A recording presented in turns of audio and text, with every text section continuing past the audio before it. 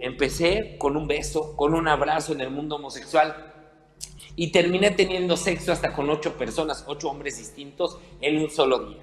O sea, me la pasaba en Grindr, en Tinder, en orgías, en los cuartos oscuros, saunas, vapores. Tenía 4 años y me travestía. Y eso era parte de mi vida.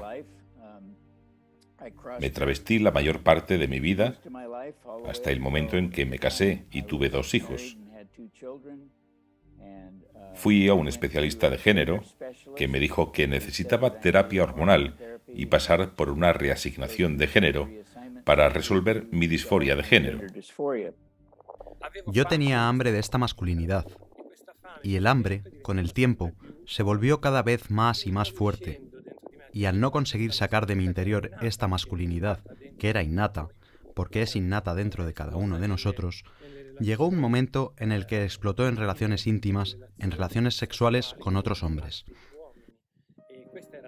Esta fue la causa que me creó prácticamente una fuerte dependencia de los otros hombres.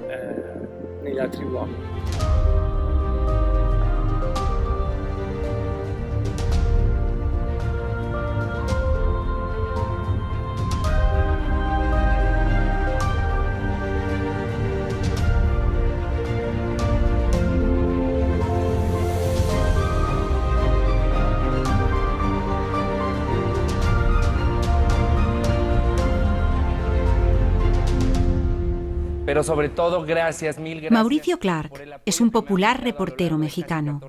Ha sido presentador de famosos programas de televisión americanos durante más de 20 años. En 2013, en un informativo de máxima audiencia, declaró en directo su tendencia homosexual ante 15 millones de espectadores. Y bueno, no hubo, la verdad, periódico que no pusiera en su portada vespertina y en la portada matutina al día siguiente, ¿no? Que Televisa se abre y Televisa por fin y la homosexualidad y todo. Me hicieron entrevistas por todos lados celebrando. Es más, la empresa en su momento me ofreció en un foro de televisión casarme con quien fue mi prometido, con quien estuve a punto de casarme, y distintas compañías de estas transnacionales decían que nos iban a publicitar y a patrocinar ese matrimonio. A Walt Heyer, desde muy pequeño, su abuela le ponía un vestido púrpura cuando se quedaban a solas en casa. Esto le marcó para el resto de su vida. Las dudas sobre su identidad sexual le llevaron a los 42 años, ya casado y con 2 hijos, a realizar un proceso de transición de género y pasó a llamarse Laura Jensen. Cuando empecé a travestirme, mi abuela me reafirmaba y me decía lo guapo que estaba vestido de chica. Y esta reafirmación que damos a los chicos que se disfrazan es dañina, y creo que es cuando empiezan a una edad temprana y los padres dicen: «Oh, estás tan guapo de chica, serás una chica estupenda, puedes vestirte y ser una chica si quieres». Pues todo eso es una mentira, y aquí es donde empieza el daño. Luca Di Tolbe se convirtió en un famoso activista del lobby gay después de ser elegido el primer Mr. Gay de Italia. Fue pionero en la organización de cruceros exclusivos para la comunidad homosexual de toda Europa. En un hombre yo encontraba muchas cosas iguales a mí. Era demasiado igual a mí. Así que, después de un tiempo, era un aburrimiento estar junto a un hombre, y entonces buscaba otro hombre. Y esto se transformaba en una cadena infinita, un continuo replegarme en mí mismo y que a mí no me llevaba a ninguna parte. Y sentía dentro de mí esta infelicidad, y mi autoestima sentía que se iba bajo mis pies. Tenía una autoestima bajísima. La homosexualidad hoy es parte de mi pasado. Por esa declaración se vino un escándalo que se fue a ámbitos políticos, en el Senado de la República, con diputados, y sobre todo un linchamiento mediático que duró varios días, tanto en Twitter, Instagram, siendo tendencia nacional no sé cuántos días. Quienes me aplaudieron aquel 18 de febrero de 2013, hoy me estaban linchando públicamente, y sobre todo eran mis amigos.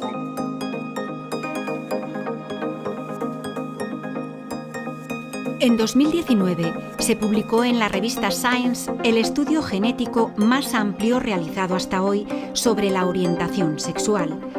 Más de 20 investigadores de diferentes centros y países, dirigidos por el investigador de Harvard, Andrea Ganna, analizaron el genoma completo de cerca de 500.000 participantes de Estados Unidos y Europa. Después de 50 y tantos años o más de investigaciones en gemelos monocigóticos, en pruebas de análisis neuroanatómico también, para ver si hay o no hay base genética, y en estudios de carácter molecular ya con el ADN, se llega a la conclusión de que no existen factores genéticos mayores que estén determinando las tendencias homosexuales o transexuales, sino que son consecuencias del ambiente, que son caracteres adquiridos, son caracteres en los cuales pues, el individuo se hace, no nace. La conclusión de Andrea Ganna en esa publicación, que es muy importante, del año 2019, es que no existe una base genética clara, no hay un gen mayor, sino en todo caso lo que podríamos decir caracteres cuantitativos de efecto menor y muy influenciados por el ambiente. La diferencia entre homosexual y heterosexual no hay que buscarla a nivel biológico genético, hay que buscarla a nivel psíquico-comportamental. La orientación sexual no es algo estático o inamovible. En el recorrido vital de personas con tendencias homosexuales o bisexuales, algunos reconocen etapas o incluso cambios. A ver, me siento atraída, pues depende de la época. Mira, ahora estoy en una época que estoy mucho con tíos, pero yo he pasado épocas de estar mucho con tías y tías y tías. Una época muy larga, además. Yo me identifico como persona bisexual, aunque siempre he tenido relaciones con hombres. He tenido relaciones con mujeres, pero me identifico como persona bisexual. Pues a ver, yo creo que todo el mundo es bisexual, así que yo me identifico como bisexual. Pero desde hace poquito, la verdad, porque he tenido experiencias de todo tipo. Pues yo salí del armario como hombre gay hace 2 años, pero como mujer trans salí en cuarentena. Yo podía ser un hombre gay, femenino, como me puedes ver, y puedo seguir siendo hombre, pero dentro de mi cerebro y socialmente no me categorizaba como tal. Entonces dije, algo está pasando dentro de mí, algo necesito, algo de expresar de otra manera, y la etiqueta de mujer trans me gusta mucho, así que actualmente considero como una mujer. Según los expertos en genética, no existe un gen específico de la transexualidad, pero existen determinadas alteraciones cerebrales que al actuar con las hormonas durante el desarrollo fetal pueden predisponer a la transexualidad, predisposición que puede verse favorecida o desfavorecida por las interacciones de la persona con su medio ambiente. Yo soy una chica trans. Empecé mi proceso hace 4 meses. Bueno, decidí empezar mi proceso el año pasado, pero por el tema del COVID ha sido como todo muy lento, todo lo médico, y empecé hace 4 meses a hormonarme. En mi caso influyó mucho mi entorno, la familia de mi padre es gitana y la familia de mi madre no, y por un lado tuve rechazo y por otro apoyo total, entonces fueron ahí como sentimientos encontrados, y a mis 26 años fue cuando yo ya me sentía segura de decir, bueno, pues este es el camino que voy a coger. La disforia de género es la sensación de malestar que pueden sentir las personas en relación a su sexo biológico al considerar que no es el que deberían tener, ya que no se corresponde con su identidad de género.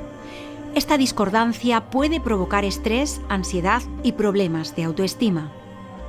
La disforia, digamos, es un apartamiento o una aversión, por así decirlo, al propio sexo, ¿no? Es decir, entonces eso conlleva a que esas personas, si dan un paso más, quieran incluso cambiar de sexo, y entonces ya estaríamos entrando en la transexualidad.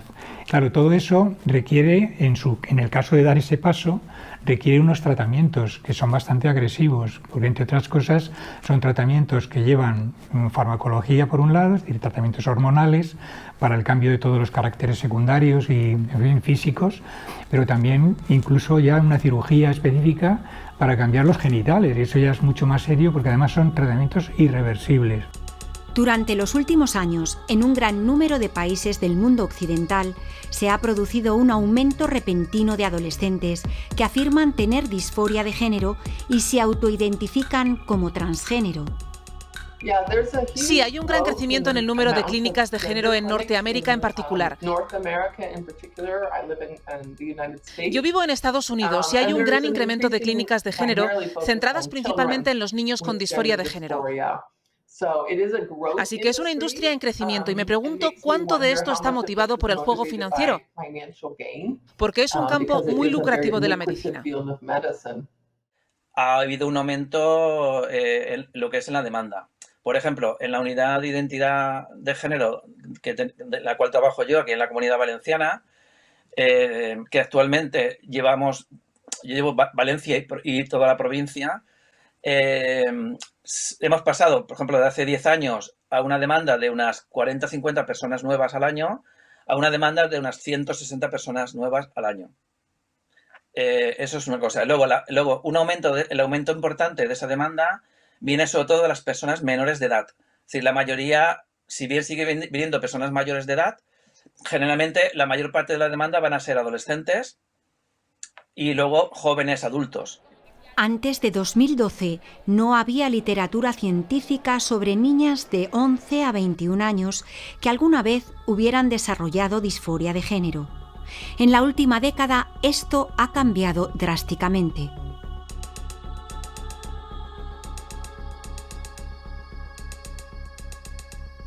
Una vez que sabemos que sabe las consecuencias y las limitaciones de los tratamientos, si está iniciando la pubertad, lo que hacemos son tratamientos de bloqueo puberal. El bloqueo puberal es para que su cuerpo no desarrolle las características sexuales propias de su sexo, dijéramos, de nacimiento o de su sexo biológico. Lo cual eso hace que elimine ya la disforia porque sabe que su cuerpo no va a cambiar como no lo desea. Por ejemplo, si se siente chico y ha nacido chica, no va a tener la regla, ni le va a crecer el pecho.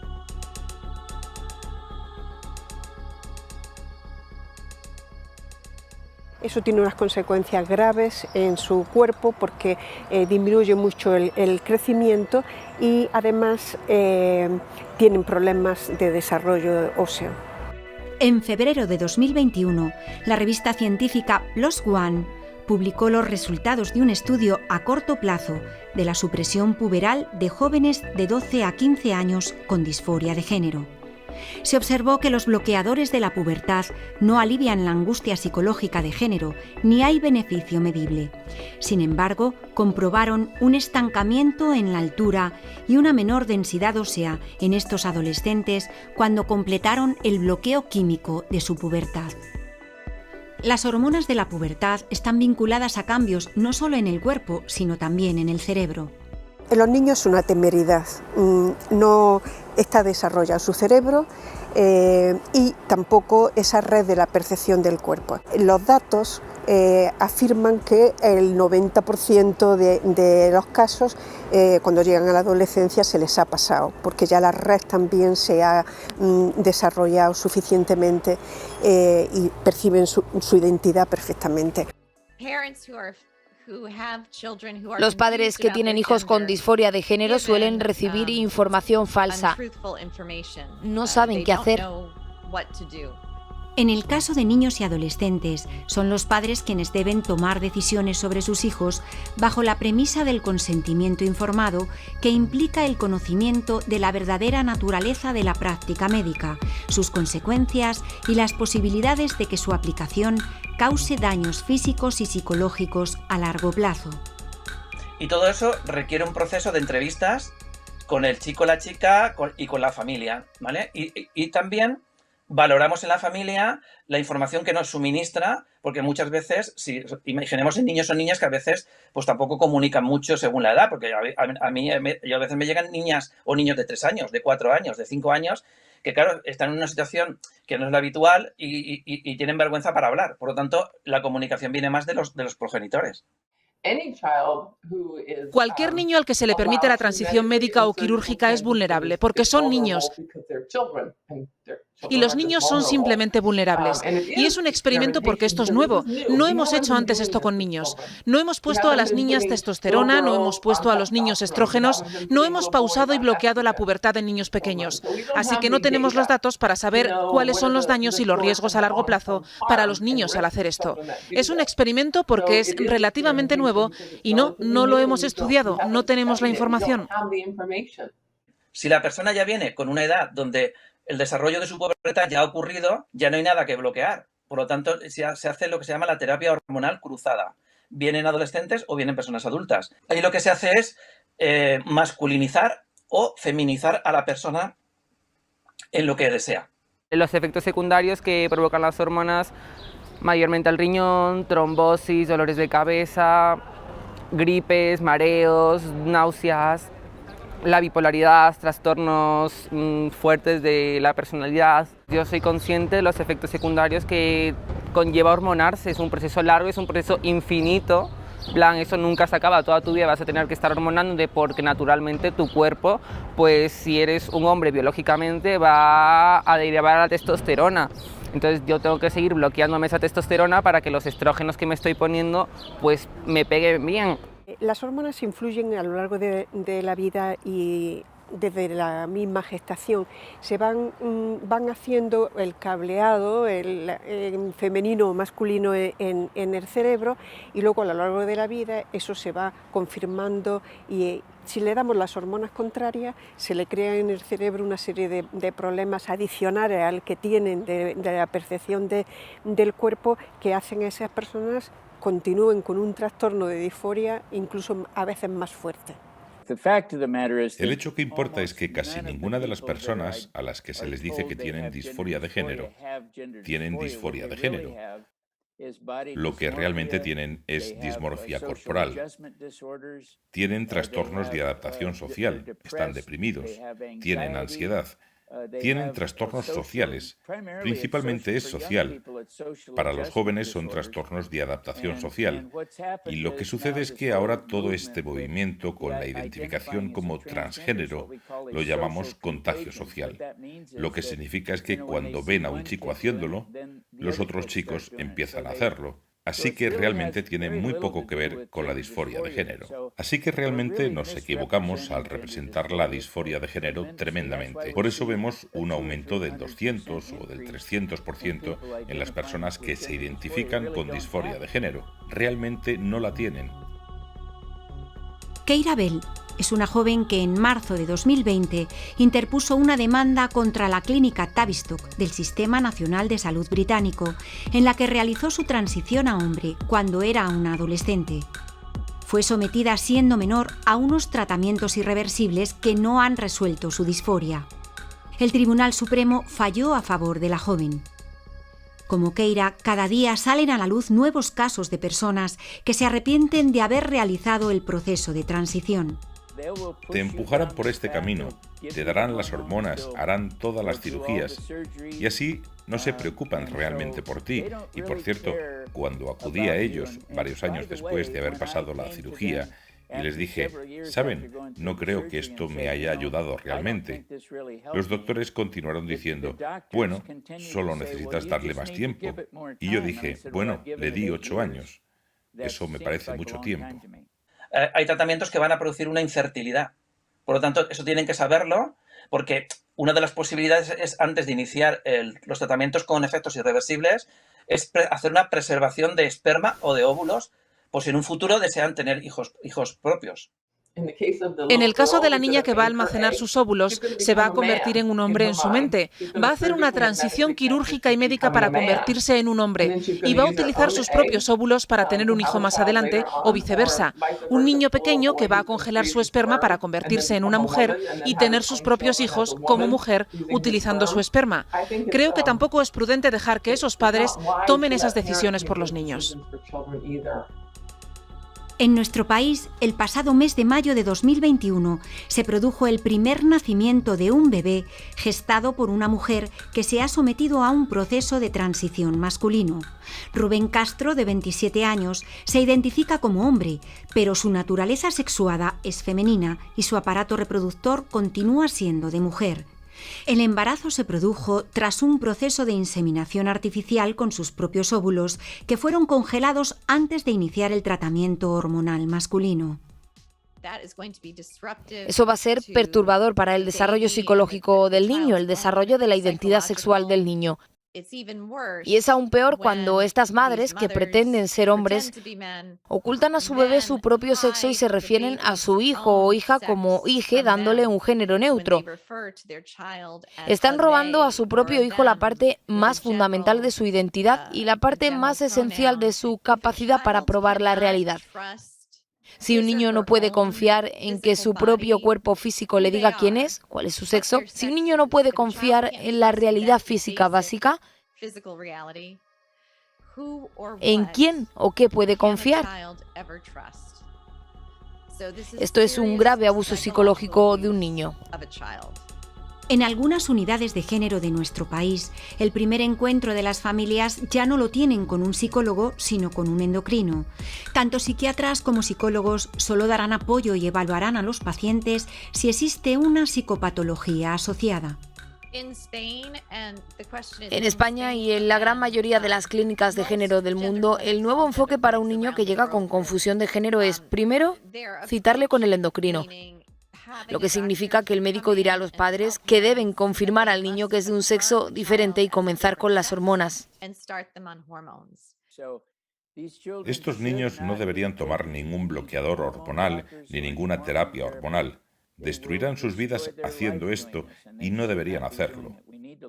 Tenemos que ver cuáles son las causas principales o las causas subyacentes. Esto hace que no quieran gustarse a sí mismos. Si es un contagio social o si es un abuso infantil o algo que les ocurrió, eso es lo importante. Y tienen que dejar de identificar esto como disforia de género cuando no lo es.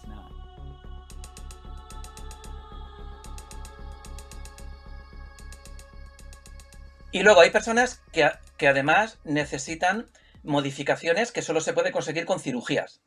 O bien cirugías no genitales, como por ejemplo pecho, o bien poner, que es la mamoplastia, o bien masculinizar el tórax, que sería mastectomía, o bien una cirugía de genitales donde se busca lo que es o una faloplastia o una vaginoplastia. Los genitales es una operación muy complicada. Tienes que estar en una etapa muy tranquila, que tengas tiempo para cuidarte esa operación, que se cure bien, porque es una operación muy complicada, con curas, que se te cure bien perfectamente, que no se te infecte.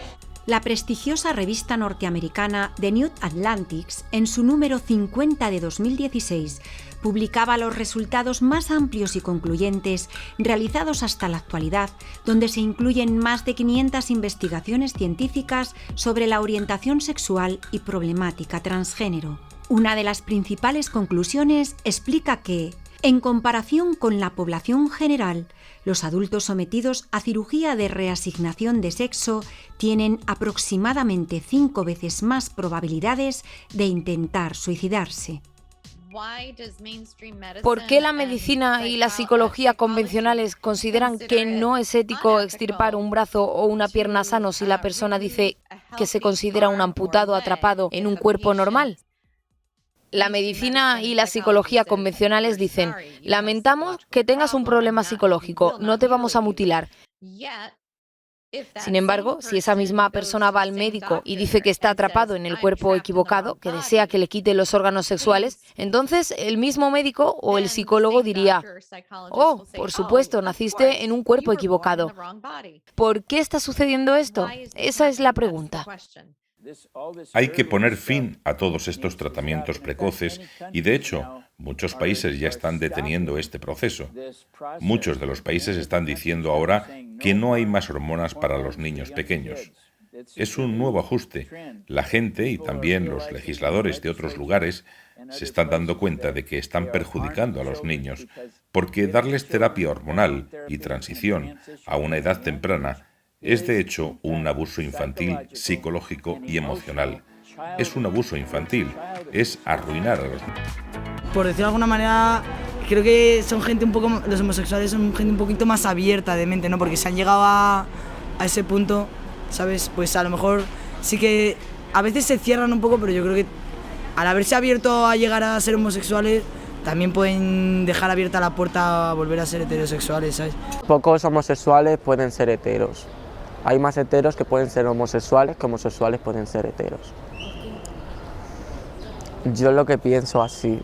Yo pienso que una persona homosexual sí que puede llegar a lo mejor heterosexual no, pero bisexual sí, porque por lo que te digo, igual que los heterosexuales, a lo mejor la zona de confort la ha cerrado de una manera que a lo mejor el día de mañana se enamora de una chica y nunca se sabe, ¿sabes? Tengo mis días, hay veces que sí que me siento con ganas de tener una familia. Yo de hecho tengo muchas ganas, me gustaría en un futuro ser padre, o sea, me encantaría. Yo no era feliz porque, de todas formas, yo buscaba el amor, pero este amor nunca llegaba. Entré en crisis y empecé a sentirme mal. Empecé a estar mal y en el hospital me dijeron que era seropositivo y que tenía que darme prisa en tomar unos fármacos que en ese momento todavía eran experimentales, porque si no los tomaba de inmediato, no viviría. Yo pensaba que eso era amor, pero en realidad solamente era darle placer a mis instintos. Y era una soledad cada vez más grande y es una espiral descendente y el efecto cada vez dura menos y cada vez se necesita más y más y más y va uno cayendo en espiral, o sea, vas cayendo en precipicio. Eso es lo que sucedía. Yo la verdad jamás tomé una terapia de conversión. Hace algunos años, la homosexualidad era considerada una enfermedad mental.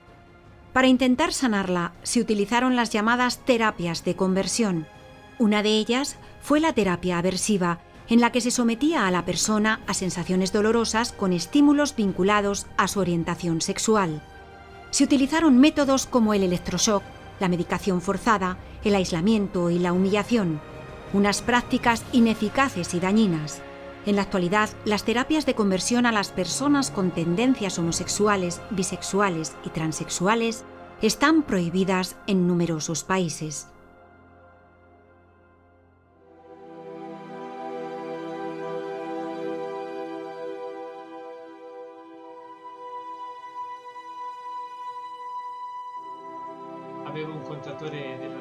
Tenía un contador de la luz en casa en el que había puesto el rosario que me habían regalado. Y un día, en la soledad que la enfermedad me había brindado, comencé a agarrarme como un náufrago a este rosario. Y allí sentí en el corazón que de verdad la Virgen María existía. Que la Virgen María no era el cuento que nos decían de pequeños para dormir, o que la sociedad quería imponernos. Yo sentía dentro de mí que la Virgen María estaba viva. Walt Ayer, llamado Laura Jensen, después de operarse y tomar hormonas durante 8 años, seguía teniendo el mismo trastorno disociativo, algo que nunca detectaron en la clínica de género. Finalmente fue correctamente diagnosticado y tratado por un psicólogo. En los últimos años ha ayudado a cientos de adolescentes con los mismos problemas. Mi psicólogo estaba rezando y durante esa oración yo, por supuesto, tenía los ojos cerrados y de repente no le oí rezar en absoluto. Lo que vi fue al Señor Jesús bajando hacia mí y me di cuenta de que estaba cogiendo a un pequeño bebé que estaba delante de mí. Y miré al bebé y me di cuenta de que ese bebé era yo. El Señor venía a por mí y cogió a ese bebé y luego se volvió hacia mí. El Señor lo hizo y me miró y dijo, estarás salvado conmigo para siempre. Y en ese momento el Señor se fue. Ya no pude verle, pero supe que mi vida había sido redimida y restaurada. Richard Cohen vivió abiertamente su tendencia homosexual durante la adolescencia y juventud. Con su novio Tim comenzó un proceso de búsqueda espiritual. Crecí en las afueras de Filadelfia, en una familia judía, y Tim era católico. Y amaba a Jesús y yo amaba a Tim. Así que quise averiguar quién era ese Jesús. Por primera vez en mi vida empecé a leer el Nuevo Testamento y me sentí enamorado de Cristo.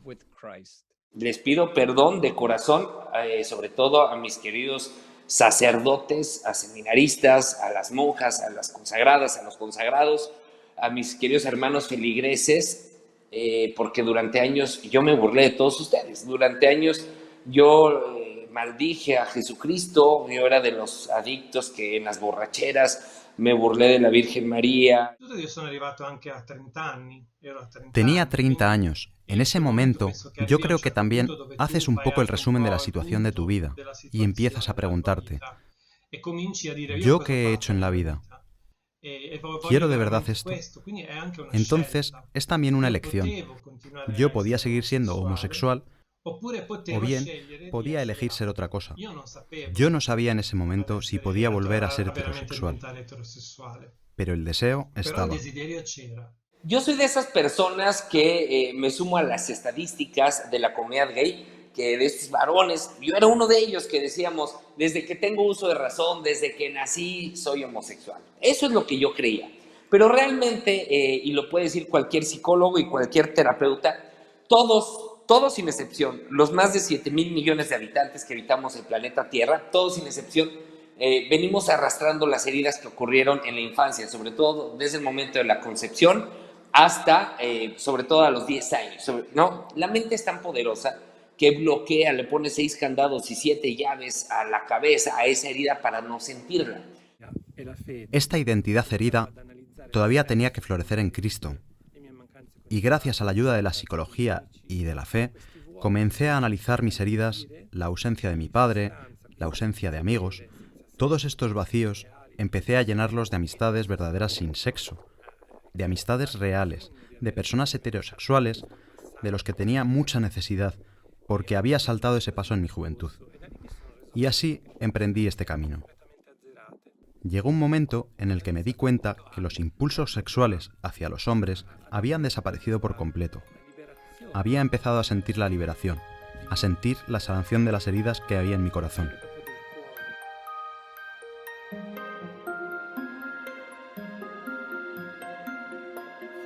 Al investigar las causas de la homosexualidad, hay que ir al plano psicológico. Y normalmente se da en la homosexualidad estructural en los primeros años de la infancia, porque el niño tiene que tener una figura modelo, un patrón donde aprende quién es él a nivel psicológico, y eso lo hace por imitación, y lo hace viendo al papá, a la mamá, a los hermanos, a las personas que están más cercanas a él, y es precisamente viéndolo como él aprende. Lo primero que descubrí fue que nunca me relacioné con mi padre. Él y yo nunca conectamos. Era tan diferente. Estaba enfadado y en mi alma había un vacío para el amor masculino.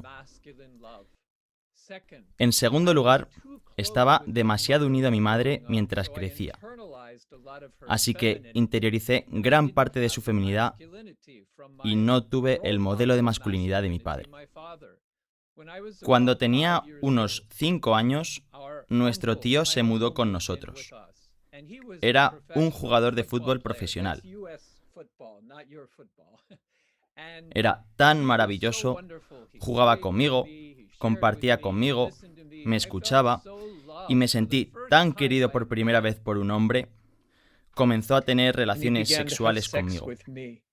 Y conforme fui creciendo, pues me fui dando cuenta que cada vez más acomplejado, muy frustrado, siempre comparando a mi papá con mi hermano Alan. La verdad, yo me atrevo a decir que lo que estuve buscando en más de 500 hombres con quienes tuve relaciones sexuales era algo tan simple como el abrazo de mi papá.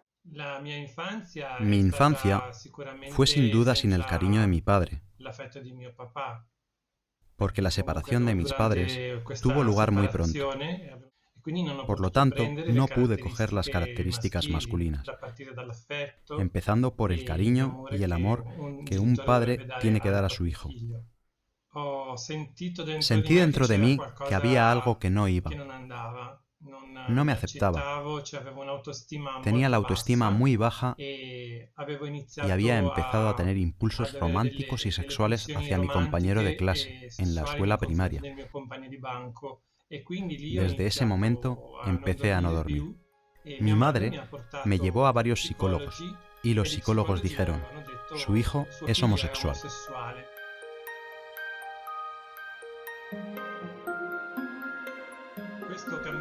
Este camino, en el que hay 2 raíles paralelos, uno es la fe y el otro es la psicología, Te ayuda de verdad a encarnar lo que es la masculinidad, que tu cuerpo pide y que tu mente pide. Porque nosotros hemos nacido hombres y mujeres. Entonces, tenemos que florecer en la masculinidad. Es un proyecto que Dios nos ha dado, que aunque puede ser un poco duro, puede hacerse. Se puede recorrer este camino. Muchos piensan que quizás hay que hacer terapia, pero no. Simplemente hay que fortalecer la autoestima en la propia masculinidad y la propia feminidad en el caso de las mujeres. Fue una época de locos, pero lo maravilloso fue que, cuando empecé a superar estos problemas de mi pasado, mis sentimientos homosexuales disminuyeron paso a paso. Y entonces tuve un amigo realmente increíble llamado Peter. Peter era un hombre cristiano heterosexual y me sostuvo en sus brazos mientras yo lloraba las heridas de mi padre y el abuso de mi tío. Y cuando llegué al fondo de mi dolor, bueno, derramé muchas lágrimas. Y en los brazos de Peter encontré el secreto para liberarme de la atracción sexual no deseada. Yo creo que la homosexualidad, en lo que a mí respecta, no es un problema que tenga que ver con el sexo, sino un problema de relacionarse con los demás. Yo no conseguía relacionarme con mis compañeros chicos y conseguía solo tener muchas amistades con las chicas y muchas amistades homosexuales, pero en el ambiente heterosexual yo no podía, no sabía. Se solucionó pasando mucho tiempo con chicos heterosexuales que me hicieron entender que yo era como ellos, porque yo no me sentía digno de ser un hombre como ellos. Yo nunca le pedí al Señor que me quitara lo gay. O sea, realmente cuando te arrepientes de corazón y te empieza a sanar las heridas, las más profundas, empiezan los cables del corazón y de la mente a tomar su diseño. Y empiezas a ver todo al revés. Entonces yo decía, ¿por qué ahora, al principio, cuando se me apareció un hombre, el estereotipo del hombre que me gustaba, realmente yo me empecé a darme cuenta que ya no sentía esa atracción? Al contrario, ya había una cierta repugnancia de decir, ¿a qué le olerán los pies? ¿A qué le olerá? O sea, ya empezaba totalmente lo contrario a lo que era la excitación sexual. Obtuve mi título en psicología de asesoramiento y durante los últimos 32 años he podido ayudar a miles de mujeres y hombres de todo el mundo que experimentan sentimientos homosexuales no deseados.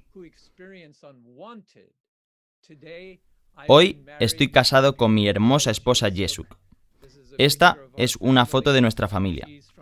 Ella es de Corea y tenemos 3 increíbles hijos ya adultos. Nuestro hijo mayor, que es médico, acaba de casarse con su preciosa esposa. Hoy lo que me deshace es la sonrisa de una mujer. Ni siquiera es la connotación sexual ni para hombres ni para mujeres. Porque cuando vive y reina Jesucristo en tu corazón, dejas de ver todo el cartón, dejas de ver la carrocería. Ves la mirada de otra persona y te das cuenta que detrás de esa mirada está Jesucristo. Y no solamente Jesucristo, es una persona que ha tenido heridas como tú y como yo. Desde 2008 hemos ayudado a centenares de chicos. Algunos se han casado, han formado una familia, tienen hijos, otros se han consagrado, otros están en el camino. Al final, ¿qué hacemos nosotros? Nosotros les ayudamos a encontrarse con Jesús, porque sin Jesús, sin el encuentro de verdad con Jesús, no puedes empezar un camino, no puedes por lo tanto cambiar. Porque el cambio viene en el momento en el que tú empiezas a pararte y a abrirte al amor de Dios, que es la cosa más difícil. Porque muchas veces tenemos que parar y quitar nuestros sombreros de profesor, nuestros sombreros de abogados, nuestros sombreros de todos los títulos de estudios que tenemos. Algunas veces ponemos resistencia, mientras que cuando hay una verdadera adhesión a Cristo, automáticamente viene el cambio, porque tú entiendes que Jesús no te quita nada, sino que Dios te puede solamente dar. Eso se convierte en puro amor, Entonces, desde allí, empiezas a recibir las gracias que Jesús te quiere dar. Hombres heterosexuales, los que experimentan atracción por el mismo sexo os necesitan. Buscan amor puro. Creen que necesitan sexo, pero quieren eso, pero no es lo que realmente necesitan. Necesitan un amor masculino sano. Y las mujeres que experimentan atracción por el mismo sexo necesitan mujeres heterosexuales que las abracen para amarlas. Si les tendieran la mano como lo hicieron los hombres y las mujeres por mí, hoy estaría muerto sin ellos. No toméis bloqueadores hormonales, no toméis hormonas, no os cortéis el pecho si sois chicas, no cambiéis vuestros cuerpos, esperad a tener 22 años y haceros una buena psicoterapia, y sabed que Jesucristo os quiere tal y como sois, porque así os hizo. Los padres pueden ayudar a sus niños pequeños siempre y cuando los afirmen en el sexo que han nacido, los quieran y los enseñen que Dios y su naturaleza están en su genética, en su biología. Pueden hacer de ellos el niño especial o la niña especial que son. El mensaje que quiero dejaros es un mensaje muy profundo y muy bello. Nosotros no hemos nacido así, como nos dice la sociedad. Nosotros no hemos nacido I'm born this way. Yo no he nacido así. La genética lo ha explicado también. No se nace homosexual. Se nace con un proyecto, y el proyecto de Dios es maravilloso. Así que yo animo a todos los chicos que están en la búsqueda de la verdad a emprender este camino abierto, porque no es un camino que lleva a la soledad, sino que lleva a un amor y a una plena felicidad para todos.